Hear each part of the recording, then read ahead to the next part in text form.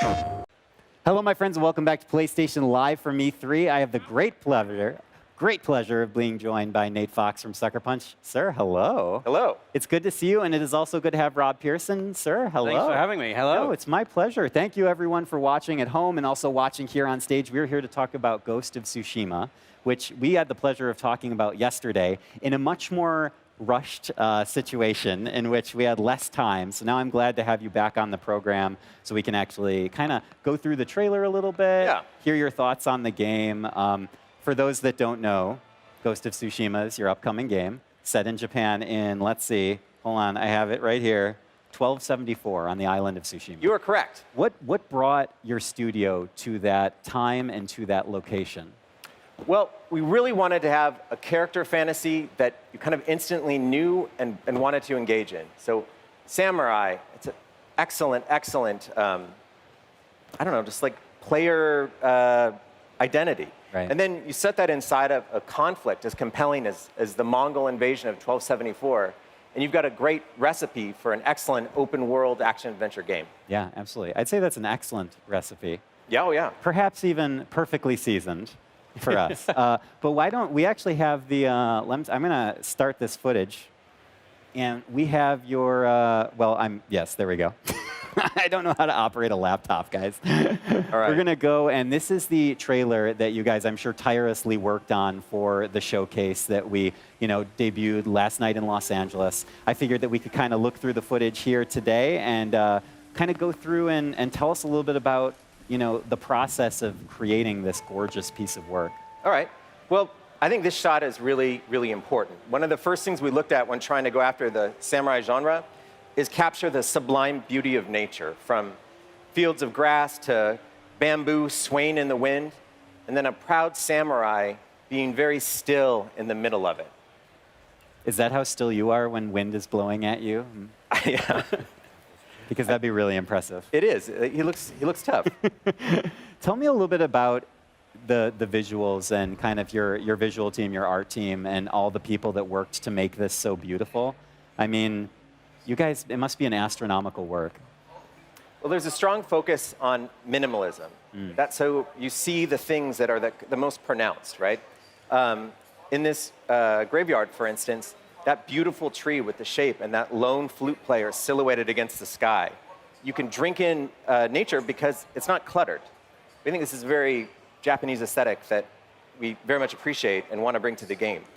Are you talking about your UI at all yet, or are you keeping that a secret for now? So for E3, we did not put in UI, although the game will have UI. We just think it has more cinematic impact without it. Of course. Now, this actually is, I think, for me, the coolest shot of the entire trailer, because we're making a massive open-world game.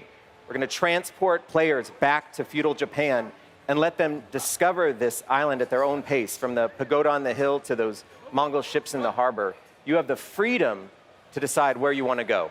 Why do you think an open world works so well with the samurai genre? Because it's not something we've seen many times before in video games. Well, honestly, it's feudal Japan. Yeah. I mean, when I tell you that we're setting the game in feudal Japan, your mind explodes with the possibilities. Yeah, sure. Beautiful, beautiful places.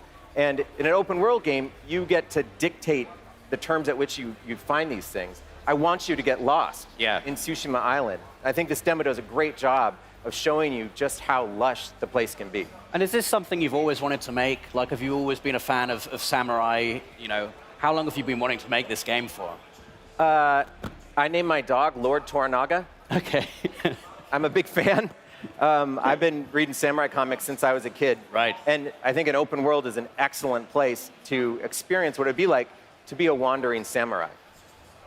I know that you can't really talk about your open world design in depth right now, but can you kind of hint in a little bit about where, how you guys lead players on their journey while still giving them this huge space to play in? Yes, although this part of the demo is my all-time faves. Talk about this part. All right, we were classic samurai standoff, right? Who's going to make the first move? All right, right there. In one swift action, Jin slits this guy's throat, sends his gold faceplate flying. To me, that lethal precision is quintessential samurai combat. We have it on this giant screen on stage here in Los Angeles, and it's amazing. I love it. It's a lot different to the combat you're kind of used to in video games, isn't it? Where you, you know, mash the attack button, you're swinging your sword around. You know, what were the challenges you faced when approaching a combat system that's unlike anything we've really seen in video games before? Certainly, we want to build the tension before the swords come out, kind of like gunslingers in the Old West. And then when it does happen, like right here, there's a brutality because this is a grounded, realistic game. The combat is gritty. The three words we use to kind of set the tone are mud, blood, and steel. Jin Sakai, our hero, he carries around a 3-foot razor blade, right? So how would these problems be solved? Like that. This guy is a practiced warrior who's defending his homeland. Tell us a little bit more about the origin of your hero and sort of like the purpose and the theme in which you designed him. Well, it kind of naturally falls out of the idea that we're going to set the game inside of the Mongol invasion of 1274.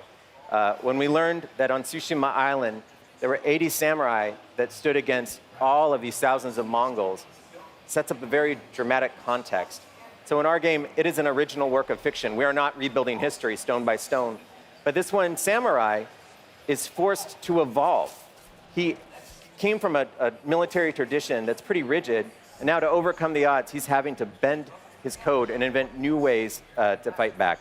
Oh, man. Are you talking at all about player progression and sort of the natural evolution of your character and your player? Or is it too early to say? No. I mean, there's absolutely progression in this game. For instance, we really want players to be able to move smoothly and have a lot of navigational options like this grappling hook. I didn't see this last night. Oh, yeah. Not a standard samurai move. No. Because Jin is willing to bend the rules a little bit, he's moving in ways that the Mongols don't anticipate, and that allows him to do things like a stealth attack. It's my favorite bit coming up now. Oh, really? The triple takedown. Oh, yeah. We talk about that. Spectacular. This is what Rob does in the evenings, is just sneak through rafters. Absolutely. Yeah. But this is another example of pre-combat tension that I find really enticing, because then you get the big payoff. Would you describe this as a stealth game? Stealth is certainly an element of it, but the fantasy is about the samurai who has to evolve who he is in order to fight back against overwhelming odds. Oh, my God. It's like you guys planned all this so eloquently. I love it. Beautiful. I will not lie. Stabbing a dude through a shoji screen was an early idea about just who exactly Jin Sakai would be as he kind of learns to fight back against and would have to be in this situation. Oh, right? Yeah, to survive and to defend the land as well. I mean, this bit was really interesting here when we get the difference of opinion between these two characters who up until this point have been friends. How does that work in the story? Is this something you can decide, or is this like a pre-scripted story moment here? So this game is an anthology of stories, and I doubt you're going to find them all. There is challenge. a story of Jin's evolution as a samurai. And this is actually a side mission we decided to show at E3 to illustrate the tone of the game. This is not a simple war story.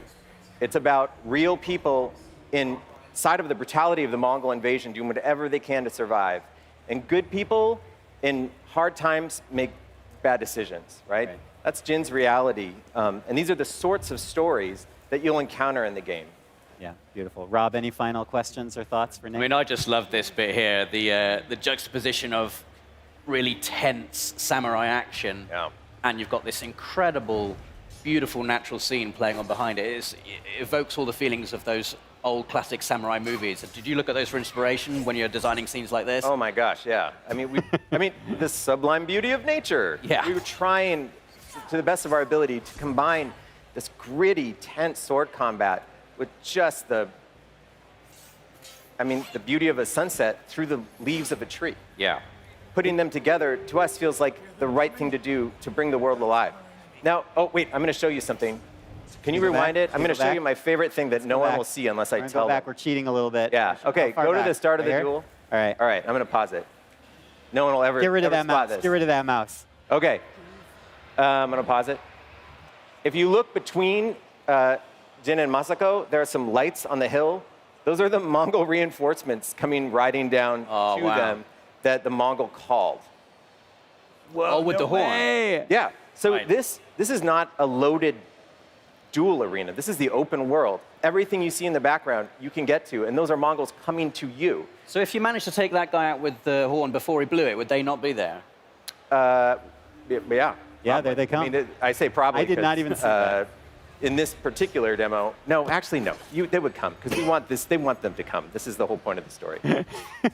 Before I let you go, Nate, I have one final question, and it's something that Jason and I were speaking about briefly last night after you guys came on the show, and that is, how do you sort of find a line between creating the ultra-realistic, visually acute, graphics that we're seeing here with a dreamy, surreal quality that they have with the kind of enhanced color palette and the enhanced lighting? I mean, where do you dial the barometer in the studio on that?